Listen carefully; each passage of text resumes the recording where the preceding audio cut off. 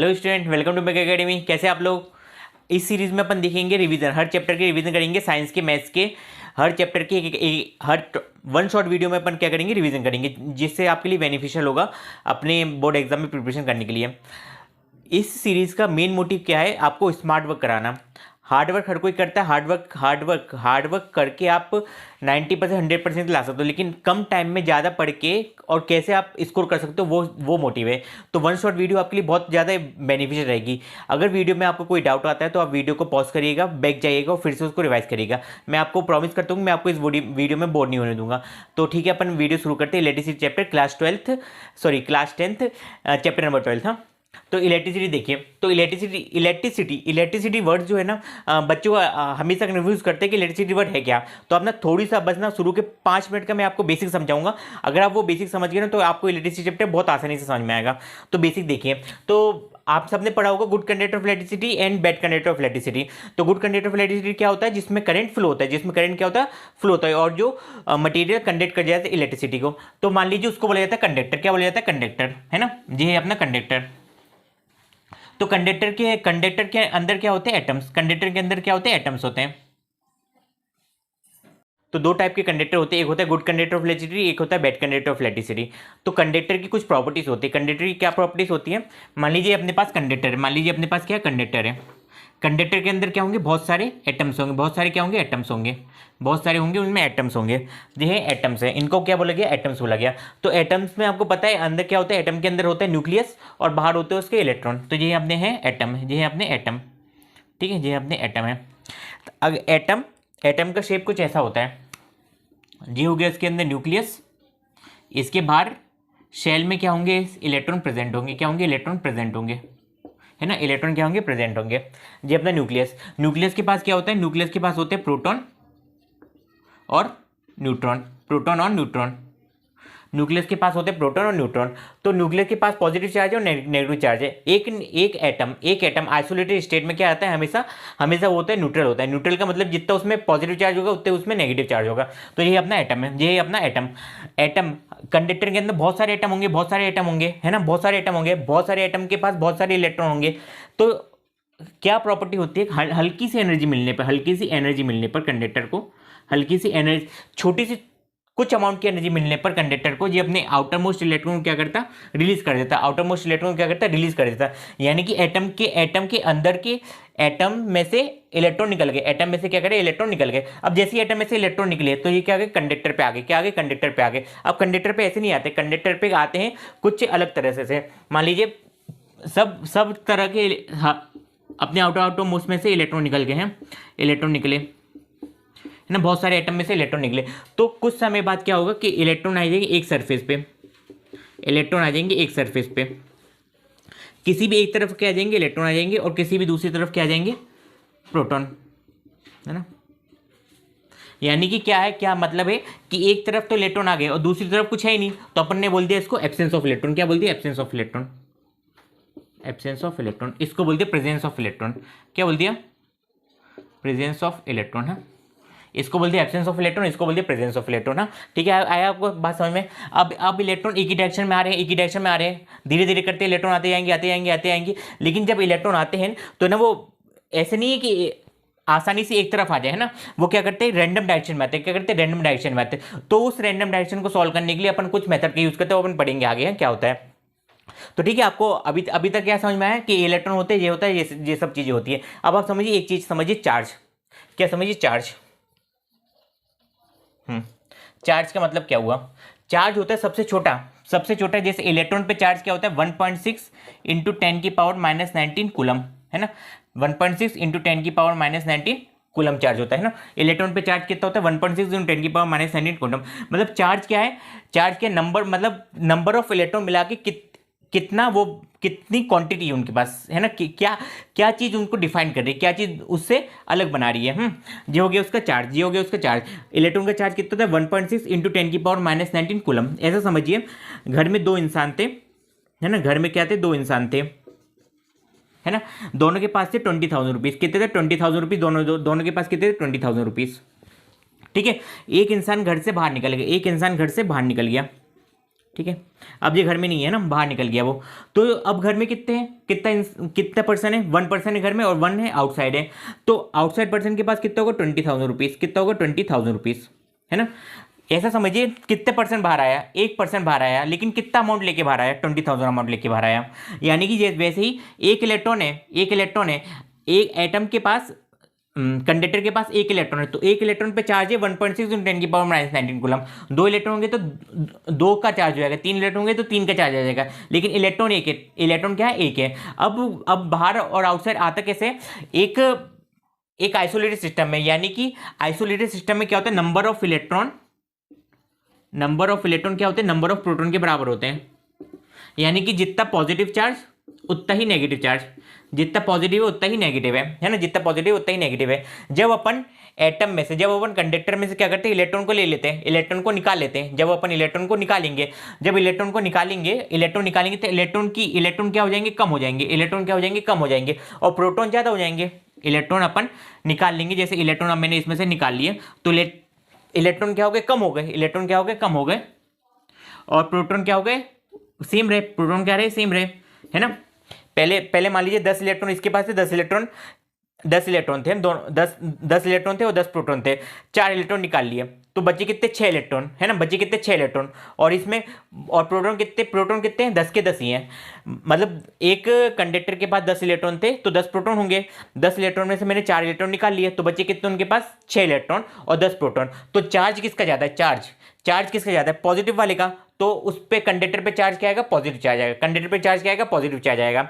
अगर मैं उनको 4 इलेक्ट्रॉन और दे दूं, 4 इलेक्ट्रॉन और दे दूं, है ना, 4 इलेक्ट्रॉन दे दूं, तो पहले कितने थे, 10 थे, मैंने 10 इलेक्ट्रॉन थे और 10 प्रोटॉन थे। पहला केस था जिसमें मैंने 4 इलेक्ट्रॉन निकाले, दूसरा केस है, पहले कितने, 10 इलेक्ट्रॉन थे और 10 प्रोटॉन थे, अब 4 इलेक्ट्रॉन दे दिए, तो 14 इलेक्ट्रॉन हो गए और 10 प्रोटॉन हो गए, 14 इलेक्ट्रॉन हो गए, 10 प्रोटॉन हो गए। तो किसका चार्ज ज़्यादा आया, इलेक्ट्रॉन वाले का। किसका चार्ज ज़्यादा है, इलेक्ट्रॉन वाले का। तो इसी मेथड का यूज़ करते हैं अपन ना। तो एक इलेक्ट्रॉन पे चार्ज कितना है, 1.6 × 10⁻⁷ कूलम। तो 2 इलेक्ट्रॉन पे चार्ज कितना होगा, 2 इलेक्ट्रॉन पे चार्ज हो जाएगा 2 × 1.6 × 10⁻⁷ कूलम। सिमिलरली 3 इलेक्ट्रॉन पे 3 इंटू, है ना, 4 पे 4 इंटू, ऐसे करते करते 1000 पे कितना चार्ज आएगा, 1000 × 10⁻⁷ कूलम।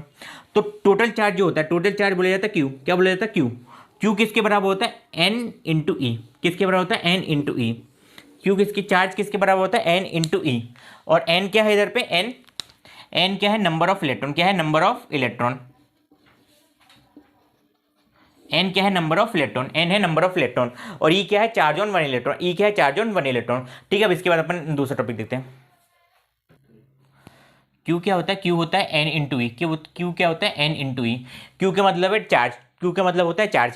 चार्ज का मतलब क्या होता है, कितने इलेक्ट्रॉन फ्लो हुए, चार्ज का मतलब होता है कितने इलेक्ट्रॉन फ्लो हुए। जब अपन पढ़ेंगे करंट में, करंट क्या होता है, फ्लो ऑफ इलेक्ट्रॉन, करंट क्या होता है, फ्लो ऑफ इलेक्ट्रॉन। तो जब इलेक्ट्रॉन फ्लो होते हैं, तो इलेक्ट्रॉन फ्लो हो रहे हैं, तो कितना चार्ज वो लेके जा रहे हैं, वो अपन को निकालना है। तो वो किस फॉर्मूले से निकलता है, Q = NE से निकलता है। किससे निकलता है, Q = NE से निकलता है। तो N मतलब होता है नंबर ऑफ इलेक्ट्रॉन, E मतलब होता है चार्ज ऑन 1 इलेक्ट्रॉन। फिर से आपको बता देता हूँ, E मतलब है, E का चार्ज कितना है, 1.6 × 10⁻⁻19 कूलम। यहाँ पे नेगेटिव नहीं लगाए क्योंकि अपन सिर्फ वैल्यू को कंसीडर करते हैं, उसके ना मतलब वो पॉजिटिव है नेगेटिव, अपन को उससे मतलब नहीं रहता ज़्यादा। तो E क्या है, 1.6 × 10⁻⁻19 कूलम। और टोटल चार्ज कितना होता है, n × e। टोटल चार्ज कितना होता है, n × e, है ना। अगर आपको अच्छे से समझना तो वीडियो की लिंक आप मतलब डिस्क्रिप्शन में आपको लिंक मिल जाएगी, तो मेरे पूरे इलेक्ट्रिसिटी चैप्टर को आप समझिएगा अच्छे से। लेकिन ये रिवीजन है कि कम टाइम है अपने पास और अपन को ज़्यादा से ज़्यादा मार्क्स लाने हैं। तो Q = NE, E हो गया 1.6 × 10⁻⁻19 कूलम। ठीक है, आया समझ में। हाँ, अब ऐसा यूनिट क्या हो जाती है, ऐसा यूनिट हो जाती है कूलम। इसको कैपिटल CV बोलते हैं। क्या बोलते हैं, इसको कैपिटल CV बोलते हैं। एग्जाम्पल के लिए 4 × 10⁻9 कूलम चार्ज, है ना, 4 × 10⁻9 कूलम चार्ज, है ना, Q = है ना, ये हो गया एग्जाम्पल। ठीक है, अब पढ़ते अपन करंट। तो करंट होता है, करंट को बोला जाता है I, है ना। करंट होता है, करंट को अपन डिनोट करते हैं I से, है ना, करंट। तो करंट क्या होता है, कितने इलेक्ट्रॉन फ्लो हो रहे हैं और कितना चार्ज वो लेके जा रहे हैं। तो करंट क्या होता है, Q/T। क्या हो जाता है, Q/T, है ना, Q/T, charge upon time. Charge क्या होता है, चार्ज का ऐसा यूनिट क्या होती है, कूलम, और टाइम की ऐसा यूनिट क्या होती है, सेकंड। तो इसकी ऐसा यूनिट क्या होगी, कूलम पर सेकंड, और एम्पियर क्या हो जाता है, एम्पियर। और एम्पियर, और इसको बोलते हैं कैपिटल ए भी बोलते हैं। क्या बोलते हैं इसको? कैपिटल ए भी बोलते हैं। कूलम पर सेकंड और एम्पियर और कैपिटल ए है ना, एम्पियर। एग्जाम्पल के लिए 5 एम्पियर, 4 एम्पियर, 6 एम्पियर, जहाँ पे भी एम्पियर लगा हो तो उसका मतलब क्या है? करंट। उसका मतलब क्या है? करंट है। ठीक है, करंट हो गया। ठीक है, दूसरा है ना, ये हो गया फर्स्ट, सेकंड और थर्ड। अब आते हैं मोस्ट इंपॉर्टेंट चीज़ पे, पोटेंशियल। पोटेंशियल की पहले जरूरत क्यों पड़ी है ना, पहले मान लीजिए पोटेंशियल क्या होता है। दो चार्ज है अपने पास, एक इधर पे और एक इधर पे है। ये ए पॉइंट है और ये बी पॉइंट है। बी पॉइंट पे चार्ज रखा, बी पॉइंट से ए पॉइंट तक लाने में, बी पॉइंट से ए पॉइंट तक लाने पे वर्क एक्सटर्नल। एक्सटर्नल मतलब क्या? जो भी वर्क कर रहा हो, जैसे बैटरी वर्क कर रही है तो बैटरी का वर्क ले लेंगे अपना, बैटरी का वर्क ले लेंगे, उसको बोला जाता है पर यूनिट चार्ज पे कितना वर्क लग रहा है, पर यूनिट चार्ज पे कितना वर्क करना पड़ता है, उसको बोला जाता है पोटेंशियल, है ना, उसको बोला जाता है पोटेंशियल। तो पोटेंशियल क्या होता है? पोटेंशियल और पोटेंशियल डिफरेंस क्या हो जाता है? Potential equal to work external upon charge Q, work external upon charge Q, है ना, चार्ज क्यू। और पोटेंशियल डिफरेंस, और potential difference, potential at A minus potential at B equal to V A B equal to work external upon charge Q, upon charge Q, है ना, दोनों एक ही बात है ना, work external upon charge Q, है ना। क्या होता है, जैसे ये है अपना कंडक्टर, जब इसमें इलेक्ट्रॉन आते हैं, जब इसमें इलेक्ट्रॉन आते हैं ना तो रैंडम डायरेक्शन में आते हैं, है ना, एक डायरेक्शन में फ्लो नहीं होते, रैंडम डायरेक्शन में फ्लो होते हैं। तो जब वो फ्लो हो रहे होते हैं तो क्या टकराते भी हैं, टकराते भी है ना, टकराते भी हैं। तो उसी को बैलेंस करने के लिए अपन क्या करते हैं? सेल लगा देते हैं। उसी को बैलेंस करने के लिए अपन क्या लगा देते हैं? सेल लगा देते हैं, है ना। ये अपना सेल है। तो सेल लगाने से क्या हुआ कि सब इलेक्ट्रॉन एक ही डायरेक्शन में फ्लो होंगे, सब इलेक्ट्रॉन एक ही डायरेक्शन में फ्लो होंगे, और जब वो फ्लो होंगे तो वो सरफेस पे तो आ जाएंगे, लेकिन सरफेस से बैटरी तक मतलब घुमाने की गारंटी किसकी है? घुमाने। तो घुमाएगा कैसे, है ना, जैसे सरफेस पे तो आ गए, किसकी वजह से? हल्की सी एनर्जी है अपन ने और वो सरफेस पे आ गए। अब वो सरफेस पे आ गए लेकिन अपन को तो घुमाना है उन्हें, तो घुमाएंगे कैसे अपन? बैटरी की वजह किसकी मदद से? बैटरी या सेल की मदद से। जैसे अपन ने सेल और बैटरी लगाई तो वो क्या करेंगे? एक तरफ रुकेंगे नहीं, है ना, एक तरफ स्टिक नहीं हो जाएंगे कि हम तो एक तरफ बैठ गए अब हम नहीं जाएंगे। तो बैटरी क्या करेगी? नहीं भैया तुम तो घूमना ही पड़ेगा। वो क्या करेगी? घुमाएगी। तो क्या करेगी? वो घुमाएगी, है ना, वो क्या करेगी? घुमाएगी। और हमेशा ध्यान रखिएगा, इलेक्ट्रॉन और करंट की डायरेक्शन हमेशा उल्टी होती है ना। इलेक्ट्रॉन अगर इस तरफ घूम रहा है तो करंट क्या जाएगा? इस तरफ जाएगा, है ना। इलेक्ट्रॉन अगर वेस्ट से ईस्ट जा रहा है तो करंट कहाँ से कहाँ फ्लो होगा? ईस्ट से वेस्ट तक, है ना। करंट कहाँ से कहाँ फ्लो होगा? ईस्ट से वेस्ट तक, है ना। ये आप याद रखिए, current and electron always flow in opposite direction. तो जो हो गया V A minus V B, इन सब की डेफिनेशन आप बुक में देख लीजिएगा, मैं आपको बेसिक समझा देता हूँ। इसके बाद पढ़ते हैं अपन Ohm's law. 203 page number NCERT book में आपको कुछ डायग्राम दिए, उसको आप है ना बहुत याद कर लीजिएगा, हाँ, उसको आप बहुत अच्छे से समझ लीजिएगा, क्योंकि वो हो सकता है डायरेक्टली आपसे पूछ लिया जाए, है ना। इसके बाद अपन पढ़ते ओम्स लॉ, है ना, पढ़ते Ohm's law, most important Ohm's law, Ohm's law, ठीक है। ओम्स लॉ क्या कहते हैं? ओम्स लॉ बोलता है, जैसे मान लीजिए इधर पे क्या है? एक वायर है ना, ये अपना वायर कंडक्टर कुछ भी हो, अपन को उससे मतलब नहीं है ना। जहाँ पे अपन को मेन क्या है? करंट को फ्लो कराना। तो यहाँ पे वायर है, इधर पे क्या लगा? सेल लगा है। क्या लगा? सेल लगा, सेल या बैटरी लगी है ना। यहाँ पे वायर, इधर पे सेल लगा। अगर अगर पोटेंशियल और करंट, जब तक मैं पोटेंशियल नहीं लगाऊंगा, जब तक मैं पोटेंशियल नहीं लगाऊंगा और एनर्जी दे दूंगा कंडक्टर को, तो वो क्या करेंगे? इलेक्ट्रॉन सरफेस पे आ जाएंगे, लेकिन वो घूमेंगे नहीं। और अगर वो घूमेंगे नहीं तो वो क्या होंगे? वो करंट कभी प्रोड्यूस ही नहीं कर पाएंगे। इसलिए मैंने क्या करा? पोटेंशियल लगा दिया। अब जितना ज़्यादा मैं पोटेंशियल लगाऊंगा, जितना ज़्यादा मैं क्या लगाऊंगा? पोटेंशियल लगाऊंगा, उतना ही चांसेस है कि करंट आसानी से घूम जाए, है ना, करंट आसानी से घूम जाए, है ना, करंट आसानी से मतलब इलेक्ट्रॉन आसानी से फ्लो हो जाए। जब इलेक्ट्रॉन फ्लो होंगे तो करंट अपने आप बनेगा। सीधी सी बात है, कंडक्टर है, उसमें एनर्जी आई तो इलेक्ट्रॉन बोलेंगे हम सरफेस पे जा रहे हैं। क्या बोलेंगे? सरफेस पे जा रहे हैं। तो सरफेस पे तो आ गए, है ना, सरफेस तक तो आ गए। ऐसा मान लीजिए आप घर पे बैठे थे और आप ना आपके फ्रेंड ने आपको बुलाया और आप ना कमरे के बाहर निकल गए, लेकिन वो क्या चाहता है? वो चाहता है कि आप हमारे साथ प्ले करें, मतलब हमारे साथ खेलें। तो आपको क्या करना पड़ेगा? घर से बाहर निकलना पड़ेगा और उधर तक जाना पड़ेगा। तो वहां तक जाने तक के लिए उसको बोलना पड़ेगा ना कि आप आ बेटा, मतलब आ भाई, अपन खेलते हैं। तो वैसे ही बैटरी का काम है। तो बैटरी क्या करेगी? कंडक्टर पे इलेक्ट्रॉन सरफेस पे तो आ जाएंगे, लेकिन घुमाएगा कौन? बैटरी घुमाएगी। क्या घुमाएगी? बैटरी क्या करेगी? इलेक्ट्रॉन को खींचेगी और फटाफट घुमाना चालू कर देगी। और जब इलेक्ट्रॉन घूमेंगे तो करंट अपने आप प्रोड्यूस हो जाएगा, करंट अपने आप बनना चालू हो जाएगा। तो क्या करें? इलेक्ट्रॉन घूमे, क्या करें? इलेक्ट्रॉन घूमे, ये इलेक्ट्रॉन जा रहे हैं, ठीक है। यहाँ से क्या हो रहा है? करंट जा रहा है। यहाँ पे क्या हो रहा है? करंट जा रहा है, इधर से आई करंट जा रहा है। अगर करंट इधर जा रहा है तो इलेक्ट्रॉन कहाँ जा रहे होंगे? इधर पे, है ना, ये होगी इलेक्ट्रॉन की डायरेक्शन, ये होगी इलेक्ट्रॉन की डायरेक्शन।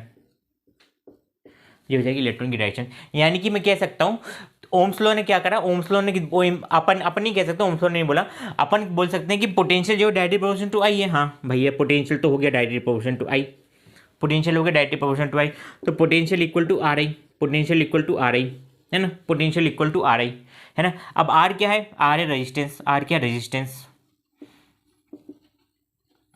आर क्या है रेजिस्टेंस, आर है रेजिस्टेंस है आर इंटू आई।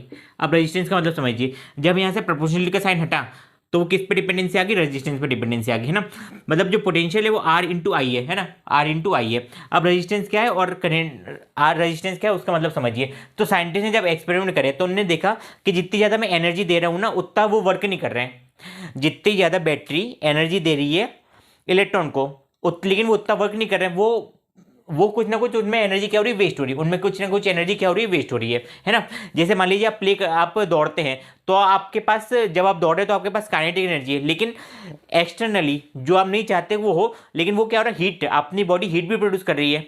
तो एनर्जी क्या है, जो आपके पास बॉडी में पहले से एनर्जी थी वो दो फॉर्म में है, एक है काइनेटिक एनर्जी जिस पे आप रन कर पा रहे हो, और एक है हीट जो आपकी बॉडी में प्रोड्यूस हो रही है। तो वैसे ही क्या है, जब पोटेंशियल अप्लाई करते हैं साइंटिस्ट, पोटेंशियल अप्लाई करते हैं साइंटिस्ट, तो उनमें करंट फ्लो होता है। जब करंट फ्लो हो रहा है तो इलेक्ट्रॉन के पास, इलेक्ट्रॉन जितनी ज़्यादा एनर्जी से फ्लो होनी चाहिए उतनी ज़्यादा, मतलब वो उतनी ज़्यादा एनर्जी प्रोड्यूस नहीं कर पाए, और वो एनर्जी कहाँ पे जा रही है, हीट के फॉर्म में जा रही है। वो एनर्जी कहाँ पे जा रही है, हीट के फॉर्म में जा रही है ना, हीट के फॉर्म में निकल रही है। अब हीट के फॉर्म में कैसे निकल रही है आप देखिएगा, जब भी आप इलेक्ट्रिकल अप्लायंसेस को ऑन करते हैं ना तो करंट तो फ्लो होता है, जिसकी वजह से इलेक्ट्रिकल अप्लायंसेस ऑन हो जाते हैं, मतलब वो वर्क करना चालू हो जाते हैं, लेकिन ना उनमें हीट एनर्जी भी निकलती है। बल्ब हो गया, ट्यूबलाइट हो गया, फैन हो गया, सब में ना हीट एनर्जी निकलती है। तो हीट एनर्जी क्या है, लॉस है, हीट एनर्जी क्या है, लॉस है, हीट क्या है, लॉस।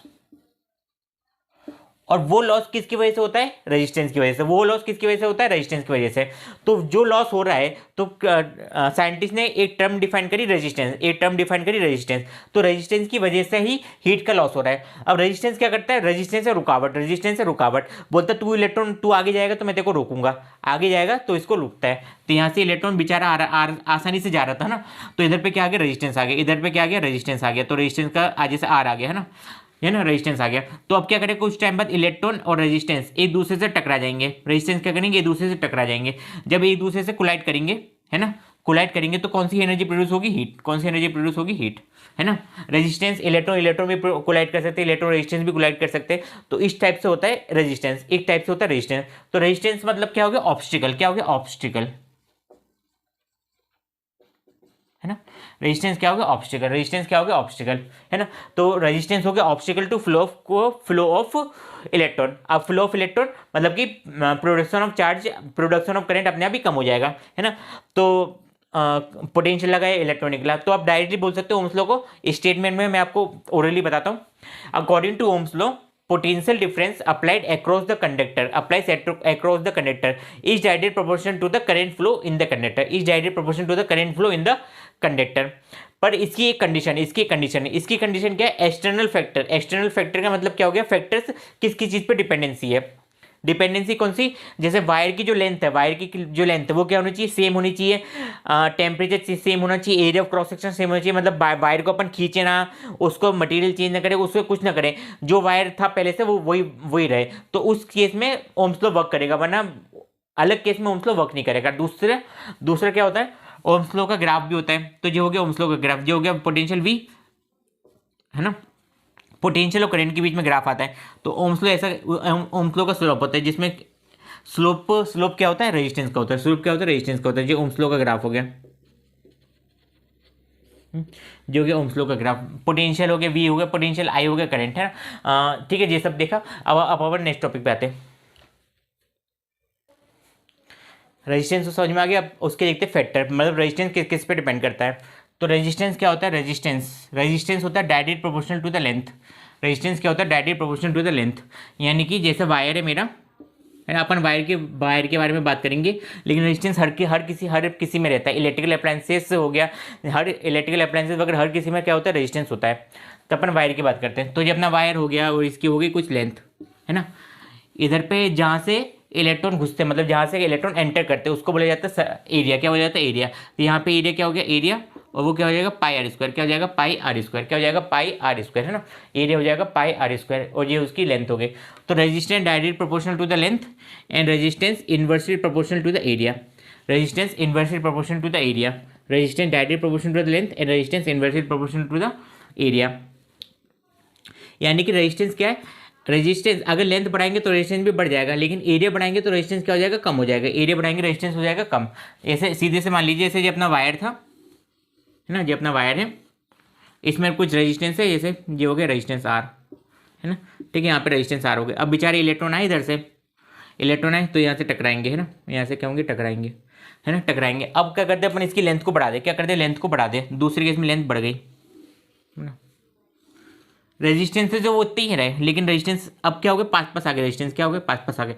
तो अब इलेक्ट्रॉन को और ज़्यादा दिक्कत होगी जाने में, है ना। जब इलेक्ट्रॉन को और ज़्यादा दिक्कत होगी जाने में तो क्या होगा, करंट अपने आप ही कम प्रोड्यूस हो जाएगा। मतलब हो क्या रहा है, रेजिस्टेंस उतना ही है, लेकिन फिजिकल थोड़ी सा डायमेंशन चेंज करने से क्या हुआ, इलेक्ट्रॉन का फ्लो में, इलेक्ट्रॉन का फ्लो आसानी से नहीं हुआ। जब इलेक्ट्रॉन का फ्लो आसानी से नहीं हुआ तो करंट क्या होगा, करंट आसानी से नहीं बनेगा। दोगे पहले केस। अब एरिया को देखिए, ये रहा मेरा रेजिस्टेंस, वही सेम चीज़, ये रहा रेजिस्टेंस। अब क्या एरिया को बढ़ा दिया, एरिया को बढ़ा दिया, अब रेजिस्टेंस दूर दूर आ गए। अब इलेक्ट्रॉन आसानी से जा सकते हैं क्योंकि जगह क्या होगी, ज़्यादा हो गई। जब इलेक्ट्रॉन आसानी से जाएंगे तो करंट भी आसानी से फ्लो हो जाएगा। जब करंट आसानी से फ्लो हो जाएगा तो अपन बोलेंगे रेजिस्टेंस क्या है, कम है। रेजिस्टेंस क्या है, उसमें कम है। रेजिस्टेंस मतलब क्या हुआ, इलेक्ट्रॉन के फ्लो को रोकना, इलेक्ट्रॉन के फ्लो को रोकना, है ना, इलेक्ट्रॉन के फ्लो को रोकना वो होता है रेजिस्टेंस, है ना। सिर्फ ऐसा नहीं कि उसके अंदर इंसान बैठे कि वो रोक रहे हैं, ऐसा नहीं है, वो अपन टर्म डिफाइन करते हैं। अगर जो चीज़ इलेक्ट्रॉन के फ्लो को रोक रही है वो सब क्या रेजिस्टेंस है ना। जो चीज़ इलेक्ट्रॉन के फ्लो को रोक रही है वो सब क्या रेजिस्टेंस है, मतलब ऑब्स्टिकल है इलेक्ट्रॉन के फ्लो के लिए। जब इलेक्ट्रॉन का फ्लो नहीं होगा तो क्या होंगे, करंट आसानी से प्रोड्यूस नहीं हो पाएगा और अपन को करंट बनाना है ना, अपन को करंट क्या करना है, बनाना है, ठीक है। तो resistance directly proportional to length और resistance inversely proportional to the area, इन दोनों इक्वेशन को कंबाइन कर दिया अपन तो आ जाएगा रेजिस्टेंस एल अपॉन आ जाएगा, है ना। जैसे ही प्रोपोर्शनल का साइन हटेगा तो इधर पे आ जाएगा रो, इसको बोलेंगे रो, आर एच ओ रो, है ना, इसको बोलेंगे रो। और क्या बोलते हैं इसको, रेजिस्टिविटी, क्या बोलते हैं रेजिस्टिविटी, क्या बोला जाता है रेजिस्टिविटी। तो रेजिस्टिविटी क्या होती है, resistance equal to rho L by A. इधर पे समझा दूँ मैं आपसे, जैसे resistance equal to rho L upon A, है ना, है ना। रेजिस्टेंस इक्वल टू, मान लीजिए एल मीटर में था, है ना, एल कुछ मीटर, 10 मीटर 30 मीटर, मतलब 10 मीटर 30 मीटर, और एरिया क्या हो जाएगा मीटर स्क्वायर, एरिया हो जाएगा मीटर का स्क्वायर। और रेजिस्टेंस की ऐसा यूनिट क्या होती है, रेजिस्टेंस को किसने डिस्कवर करा था, ओम्स ने। तो ओम्स, रेजिस्टेंस की ऐसा यूनिट क्या हो जाती है, ओम्स, है ना। ऐसा यूनिट ऑफ रेजिस्टेंस, ऐसा यूनिट ऑफ रेजिस्टेंस हो जाएगी ओम्स, और इसको ऐसा ऐसे इस सिंबल बनाया जाता है ओम्स का। तो सबकी ऐसा यूनिट लिख दीजिए आप, तो हो गए ये ऐसा यूनिट होगी रो एल। अब एल किस में होता है, मीटर में होता है, और एरिया क्या होता है, मीटर स्क्वायर। तो 1 मीटर से 1 मीटर गया तो क्या आ गया, ओम मीटर इक्वल टू रेजिस्टिविटी। तो रेजिस्टिविटी की ऐसा यूनिट क्या होगी, ऐसा यूनिट ऑफ रेजिस्टिविटी क्या होगी, ओम मीटर। ओम सेंटीमीटर भी हो सकती है, ओम मिलीमीटर भी हो सकती है, जो कि आपको फिजिकल कंडीशन में दी जाएगी। तो ये हो गया रेजिस्टेंस, रेजिस्टिविटी वगैरह सब, आप इसको नोट कर लीजिए। जैसे रेजिस्टेंस है ना, रेजिस्टेंस बुक में ऐसा दिया है, ऐसा दिखता नहीं रेजिस्टेंस पर ऐसा दिया है, तो आपको ऐसा मानना पड़ेगा रेजिस्टेंस इस, मतलब अगर ऐसा कहीं सिंबल है तो उसको रेजिस्टेंस मान लेना आप, है ना। तो कॉम्बिनेशन ऑफ रेजिस्टेंस पढ़े। कॉम्बिनेशन ऑफ रेजिस्टेंस क्या मतलब कि रेजिस्टेंस को अपन, जैसे हर अप्लायंसेस वगैरह में क्या रेजिस्टेंस है, तो अपन ना उसको कैसे यूज़ करें कि ताकि ना रेजिस्टेंस कम से कम हो सके। अब कम से कम होने का मतलब क्या, आप समझिए अच्छे से। जैसे आप अपन पानी का डब्बा उठाते हैं, अपन पानी का डब्बा, अब मान लीजिए वो किसके फॉर्म में, सिलेंडर के फॉर्म में रहता है ना, सिलेंडर के फॉर्म में रहता है, परफेक्ट सिलेंडर ये बोल सकते हैं, लेकिन सिलेंड्रिकल के फॉर्म में रहता है। उसको अपन क्यूब के फॉर्म में बना दे, उसको अपन क्यूब के फॉर्म में बना दे, उतना ही पानी स्टोर है, पानी भी उतना ही है, और वो भी क्या कर रहा है, स्टोर कर रहा है ना, वो भी क्या कर रहा है, स्टोर कर रहा है। लेकिन ना अपन अपने लिए वो क्या हो जाएगा, अपने लिए वो मतलब उसको अपन को उठा के रखना, मतलब प्लेस टू प्लेस उसको ट्रांसफर करना अपने लिए क्या हो जाएगा, टफ हो जाएगा ना। सेम कंसेप्ट है, लेकिन अपन ने उसका करा, उसका डायमेंशन चेंज कर दिया। डायमेंशन चेंज करने से क्या हुआ, पूरी की पूरी चीज़ क्या हो गई, चेंज हो गई। तो सेम इधर पे कॉम्बिनेशन में होता है। तो कॉम्बिनेशन का मतलब क्या हो गया कि रेजिस्टेंस को कैसे अरेंज करें ताकि वो क्या हो, कम से कम चीज़ अपन को क्या कर सके, प्रोड्यूस कर सके, मतलब कम से कम रेजिस्टेंस ला सके। तो पहला कॉम्बिनेशन होता है सीरीज कॉम्बिनेशन, पहला होता है सीरीज, और दूसरा होता है पैरेलल, और दूसरा होता है पैरेलल। पहला होता है सीरीज और दूसरा होता है पैरेलल। तो सीरीज का मतलब क्या होता है, सीरीज सीरीज देखी ना आपने, जो दिवाली पे आप लटकाते हो, तो उसी को बोलते हैं सीरीज। तो सीरीज क्या होता है, सीरीज में एक दूसरे के पास कनेक्टेड है। इधर पे पहला रेजिस्टेंस आ गया R1, उधर पे दूसरा आ गया R2, इधर पे तीसरा आ गया R3, इधर पे चौथा आ गया R4 है। ठीक है, चार। अभी मान लीजिए 4 रेजिस्टेंस है, मैंने इनको मैंने बैटरी से कनेक्ट करा, इनको मैंने क्या करा, बैटरी से कनेक्ट करा। बैटरी थी V वोल्ट की। अब इधर से करंट प्रोड्यूस होगा, है ना, करंट प्रोड्यूस हुआ। यहाँ से करंट गया सबके पास जा रहा है करंट। ठीक है, जैसे करंट गया, रेजिस्टेंस और करंट, तो V इक्वल टू क्या होता है, I इंटू आर, है ना। V इक्वल टू क्या होता है, I इंटू आर। रजिस्टेंस और करंट जब मिलते हैं तो पोटेंशियल बनाते हैं, वो क्या बनाते हैं, पोटेंशियल बनाते हैं। तो इधर पे हमने पोटेंशियल बनाया, आर आई करंट था और R1 रेजिस्टेंस था, तो पोटेंशियल क्या बना, V1। इस पे पोटेंशियल बना V2, इस पे बन गया V3 और इस पे बन गया V4, है ना। 4 मिठाई के डब्बे थे, एक ही डब्बे चारों के पास चले गए, है ना। टोटल डब्बे के इसके पास 4 थे, एक ही डब्बे इनने दे दिए। मान लीजिए अभी किसी को ज़्यादा दी, किसी को कम दी, वो अपन देखते हैं ना।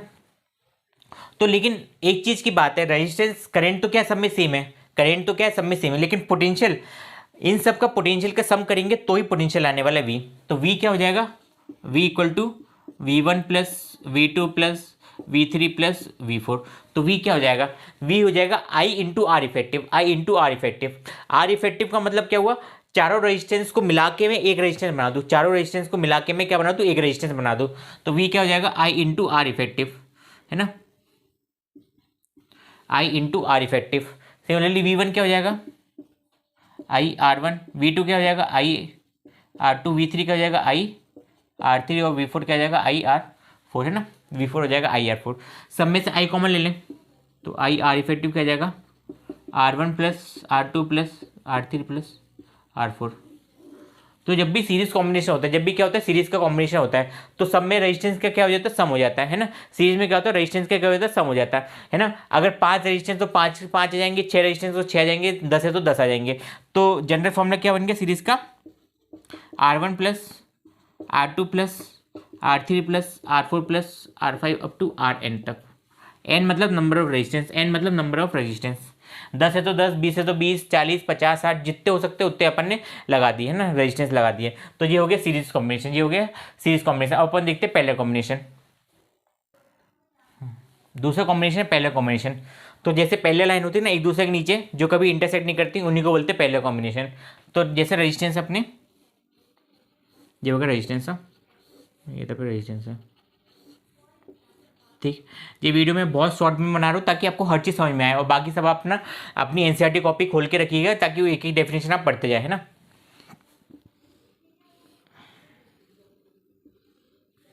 ये होगा अपने रेजिस्टेंस। चारों रेजिस्टेंस को अपन ने क्या करा, इनके पॉजिटिव और नेगेटिव एक एक कर दिए ना। चारों रेजिस्टेंस के एक पॉजिटिव एक नेगेटिव सबके एक कर दिए। तो इधर से मैंने क्या लगा दी, बैटरी लगा दी, इधर से मैंने क्या लगा दी, बैटरी लगा दी। बैटरी पे क्या था, वी पोटेंशियल था, है ना, बैटरी पे क्या था, वी पोटेंशियल था। इस पर R1 गया, इस पर R2 गया, इस पर R3 गया, इस पर R4 रेजिस्टेंस है मेरे पास। पोटेंशियल क्या है, वी है। तो यहाँ से करंट I प्रोड्यूस हुआ, करंट क्या हुआ, I प्रोड्यूस हुआ। तो यहाँ पे क्या गया, I1, यहाँ पे गया I2, यहाँ पे गया I3 और यहाँ पे गया I4, है ना। सबके अक्रॉस इधर पे पोटेंशियल डेवलप होगा, तो पोटेंशियल क्या होगा, V। पोटेंशियल जो इधर पे था वही रहेगा, पोटेंशियल हर रेजिस्टेंस के अक्रॉस जो फाइनल पोटेंशियल था वही रहेगा। तो V क्या हो जाएगा, I1 R1, V2 क्या हो जाएगा, I2 R2, I3 R3 और I4 R4, है ना। पोटेंशियल सबके अक्रॉस सेम है ना, पोटेंशियल। और पोटेंशियल के हर रेजिस्टेंस पे पोटेंशियल क्या होगा, जो करंट उस पर जाएगा और रेजिस्टेंस की वैल्यू, करंट उस पर जाएगा और रेजिस्टेंस की वैल्यू। यानी कि जो करंट निकला I, वो 4 पार्ट में डिवाइड हो गया, इधर से भी 4 पार्ट में वो कन्वर्ट हो जाएगा, है ना। I4 R4, I1 निकला, I1 गया, I2 निकला, I2 आया, I2 निकला, I3 आया, I4 गया और I4 आया, है ना। इस पॉइंट पे आ गया, जब कहा था B पॉइंट मान लो, इसको A पॉइंट मान लो, है ना। तो B पॉइंट पे तो जो करंट है करंट I, तो I किसका सम है, I1 plus I2 plus I3 plus I4, चारों को मिला के बनता है करंट। अब करंट क्या होता है, V इक्वल टू IR होता है। ओम्स लॉ के अकॉर्डिंग क्या होता है, V इक्वल टू IR। तो V इक्वल टू IR क्या है, एक वोल्टेज और एक रेजिस्टेंस, है ना। तो V आई इक्वल टू क्या आ जाएगा वी अपन आर, आई इक्वल टू क्या आ जाएगा वी अपन आर। अगर मान लो 4 रेजिस्टेंस है, चारों को मिला के एक बना दिया, चारों को मिला के एक बना दिया, तो इस फॉर्मूले की तरह वर्क करेगा। लेकिन जब चारों को मिला के एक बनाया तो अपन उसको सिर्फ आर नहीं बोल सकते, अपन क्या बोलेंगे उसको, आर इफेक्टिव बोलेंगे। क्या बोलेंगे, आर इफेक्टिव, है ना। तो V equal to I R effective, V equal to I R effective, है ना, चारों का मिला के इफेक्टिव रेजिस्टेंस है वो।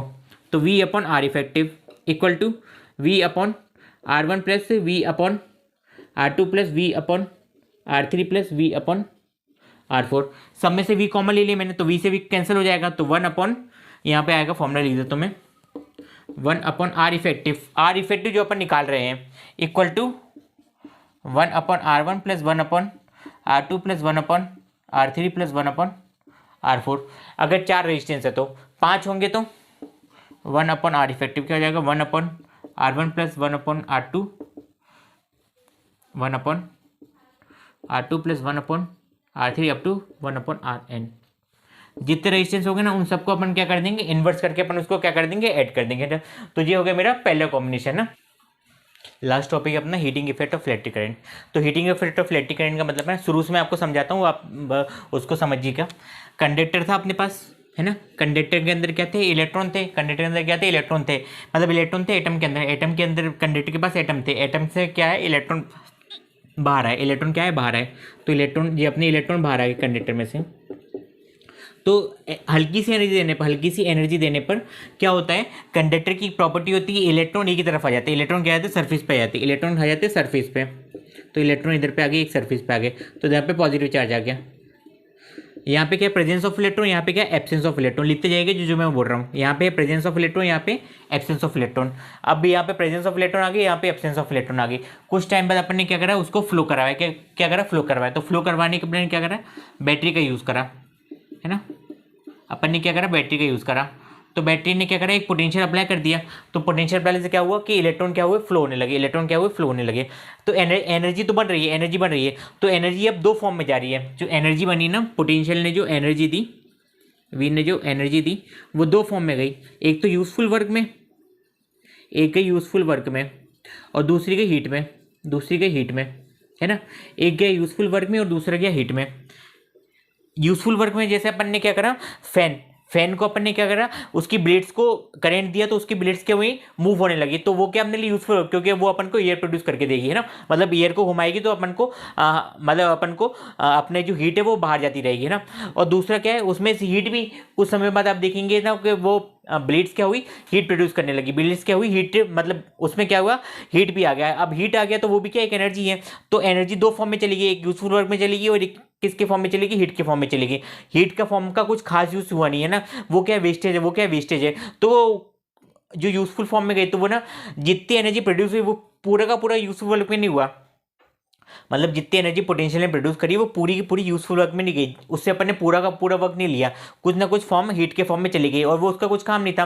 तो इसी को बोला जाता है heating effect of electric current. अब इसको कैसे यूज करा जाए, तो heating effect of electric current बताने के लिए कि क्या है कि इनमें रेजिस्टेंस भी है, क्या है, वायर में रेजिस्टेंस भी होते हैं। तो रेजिस्टेंस क्या करते हैं, इलेक्ट्रॉन के फ्लो को कम कर देते हैं। जब वो इलेक्ट्रॉन के फ्लो को कम करते हैं तो क्या होता है, उनमें हीट का प्रोडक्शन होता है, हीट का प्रोडक्शन होता है, तो हीट इफेक्टिव नहीं होती, अपने लिए हीट इफेक्टिव नहीं होती। लेकिन अपन बोलें कि सिर्फ रेजिस्टेंस हो, क्या हो, सिर्फ रेजिस्टेंस हो, तो हीटर, टोस्टर वगैरह क्या होंगे, अगर प्योर रेजिस्टिव है, सिर्फ रेजिस्टेंस ही उनमें, तो क्या होगा, पूरी की पूरी जो एनर्जी जाएगी वो हीट के फॉर्म में कन्वर्ट हो जाएगी, पूरी की पूरी एनर्जी जाएगी वो हीट के फॉर्म में कन्वर्ट हो जाएगी। और उस हीट से अपन यूजफुल वर्क कर सकते हैं, उस हीट से अपन यूजफुल वर्क कर सकते हैं। जैसे हीटर करेंगे तो अपना रूम को क्या कर लेंगे, अपन वार्म अप कर लेंगे। टोस्टर का यूज़ करेंगे तो क्या हो जाएगा, पूरी की पूरी हीट प्रोड्यूस करेगी, तो वो अपन को क्या करेगा, कुछ भी बेक करके दे देगा सामान। तो इसी को बोला जाता है heating effect of electric current ना, heating effect of electric current. Power के अपन कुछ फॉर्मूले देखते हैं। पावर का मतलब क्या होगा कि एनर्जी का मतलब होता है कैपेसिटी ऑफ डूइंग वर्क, और पावर का मतलब होता है time eight which the work is done, मतलब कितने टाइम पे एनर्जी का अपन यूज़ कर पा रहे हैं, मतलब पावर में द टाइम। तो पावर क्या होता है, इलेक्ट्रिकल पावर होता है V इंटू आई, क्या होता है V इंटू आई, है ना, इलेक्ट्रिकल पावर होता है V इंटू आई। और V क्या होता है, आई आर के बराबर, V क्या होता है, आई आर के बराबर। तो V क्या हो जाएगा, V इधर पे आ जाएगा आई आर इंटू आई, मतलब कि आई स्क्वायर आर, है ना। इसकी एसआई यूनिट क्या हो जाएगी, एसआई यूनिट हो जाएगी वाट, क्या हो जाएगी वाट, है ना। क्या हो जाएगी, वाट हो जाएगी इसकी वाट। अब दूसरी असाइनमेंट होती है किलो वाट, क्या होती है, 1 किलो वाट, तो वो कितना होता है 1000 वाट, क्या होता है 1000 वाट, है ना। और तीसरी होती है कमर्शियल असाइनमेंट होती है किलो वाट आर, है ना, 1 watt R 1 kilowatt R, तो वो कितने हो जाएगी 10 की पावर 1000 इंटू आर। अब आर को अगर आपको सेकंड में चेंज करना तो आर को आप सेकंड में चेंज कर दीजिए, मिनट में चेंज करना तो मिनट में चेंज कर दीजिए। तो ये सब होती है यूजफुल फॉर्मूला। बच्चे गलती क्या करते हैं, वो एक चीज़ को रिलेट नहीं कर पाते दूसरे से। आप ना एक चीज़ को रिलेट करेंगे ना दूसरे से, तो आपको ना सिलेबस भी आपका कम हो जाएगा और आप ना आसानी से समझ पाएंगे। तो ये वीडियो अपन ने मतलब ये वीडियो मैंने बहुत शॉर्ट में आपको समझाया, नियरली आधे हाफ एन आवर और 35 मिनट्स की ये वीडियो होगी। इसमें आप ना इलेक्ट्रिसिटी का पूरा आप एक रिवाइज कर लीजिए। उसके बाद आप एनसीईआरटी बुक ओपन कर लीजिएगा और आप उसको ना आप उसको क्या करिएगा, डेफिनेशन वगैरह जो कुछ है वो सब आप रिवाइज कर लीजिएगा। वीडियो की डिस्क्रिप्शन में मतलब वीडियो के डिस्क्रिप्शन में आपको ना लिंक मिलेगी जिसमें मैंने इलेक्ट्रिसिटी बहुत अच्छे से समझाया है, उसकी पूरी प्लेलिस्ट की आपको लिंक मिल जाएगी। अगर आपको कुछ भी डाउट हो, छोटा सा भी डाउट हो, तो आप कमेंट बॉक्स में लिखिएगा। अगर आप डायरेक्टली कांटेक्ट करना चाहते हो तो इंस्टाग्राम आईडी पे आप मैसेज कर दीजिए और उसको फॉलो कर लीजिए, जिससे आपको हमारी डे टू डे अपडेट मिलती रहे। Thank you for watching.